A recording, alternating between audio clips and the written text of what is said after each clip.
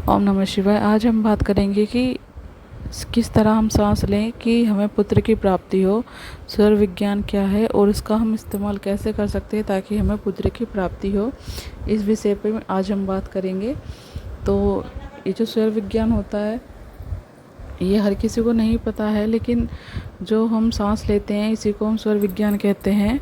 ये साक्षात स्वयं शिव जी का दिया हुआ हमारे अंदर एक बहुत बड़ा उपहार है प्रकृति के द्वारा, लेकिन हम सब इससे अनजान हैं। तो इसी के बारे में हम बात करेंगे। तो स्वर विज्ञान में 3 प्रकार के स्वरों के बारे में बताया गया है। जो दाहिने छिद्र से चलने वाला स्वर होता है यानी कि सांस होता है उसको हम सूर्य स्वर कहते हैं, और बाएं छिद्र से जो चलने वाला सांस होता है उसको हम चंद्र स्वर कहते हैं।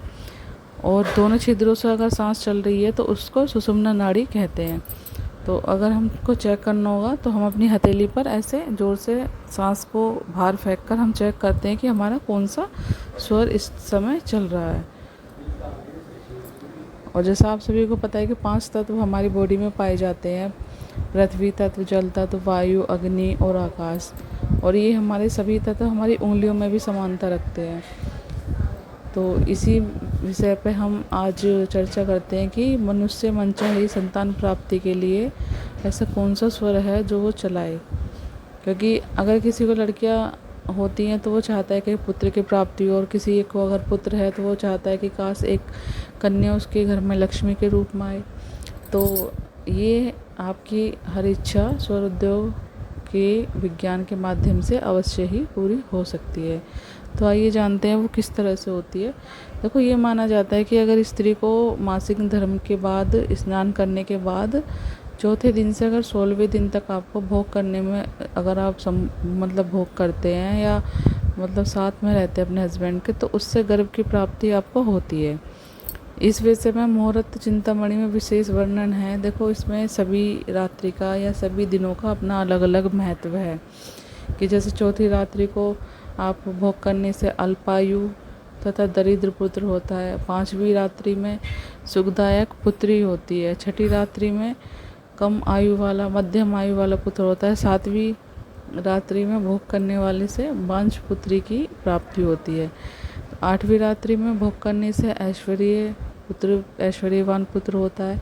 9वीं रात्रि में अगर हम भोग करते हैं तो उससे ऐश्वर्यवती पुत्री होती है। अगर 10वीं रात्रि में हम भोग करते हैं तो उससे चालाक पुत्र होता है। 11वीं रात्रि में भोग करने से दुश्चरित्र पुत्री की प्राप्ति होती है। 12वीं रात्रि में भोग करने से सर्वोत्तम पुत्र होता है। 13वीं रात्रि में भोग करने से मणिशंकर कोख वाली पुत्री होती है। 14वीं रात्रि में भोग करने से सर्वगुण संपन्न पुत्र होता है। 15वीं रात्रि में भोग करने से भाग्यशाली पुत्री होती है। और अगर हम 16वीं रात्रि में भोग महिलाएं करती हैं तो उससे सभी भांति से उत्तम पुत्र की प्राप्ति होती है। तो अब हम चलते कि कैसे हम अपनी मनचाही संतान पाएं, कि जो हम अगर हम चाहते हैं कि हमको लड़का हो या हम चाहते हैं कि हमको लड़की हो, पुत्री या पुत्री की प्राप्ति हो, तो उसके लिए अब हम क्या करें। तो जब आपके हस्बैंड का जब पुरुष का सूर्य स्वर यानी कि दाहिना नाक से आपका श्वास चल रहा हो और स्त्री का बाईं तरफ से सांस चल रहा हो, तो उस समय उस विषय भोग करने से जो गर्भ ठहरेगा उसे पुत्र की प्राप्ति अवश्य ही होगी। और ये हमने ही ये शास्त्रों में लिखा हुआ है और ये विज्ञान कभी झूठा नहीं हो सकता। किंतु जब पुरुष का चंद्र स्वर चल रहा हो यानी कि बायां स्वर चल रहा हो और स्त्री का दायां स्वर चल रहा हो, तो इस समय संभोग करने से पुत्री की प्राप्ति होती है।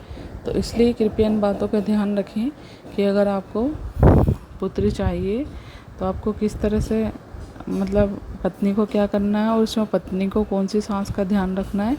तो इन सांसों का आप ध्यान रखें।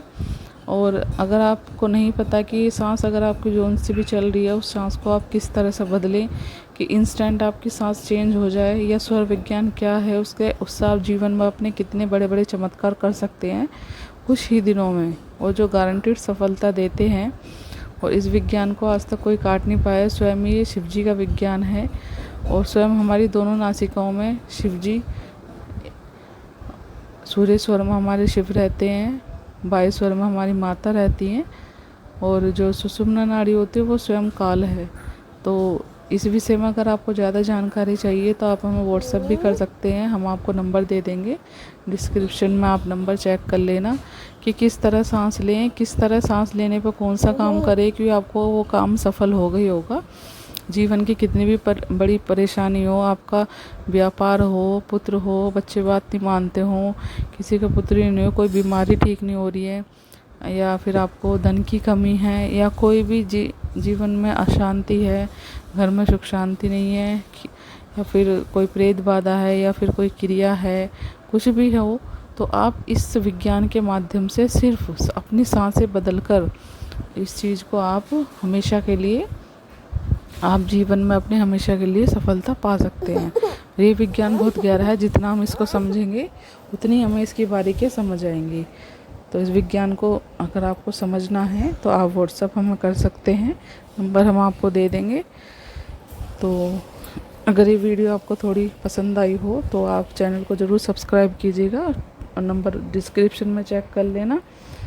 और वीडियो काफ़ी दिनों बाद आई है, कुछ विषयों के कारण हम वीडियो नहीं कर पाए थे। तो ठीक है, मिलते हैं अगली वीडियो में। देखने के लिए आपका धन्यवाद।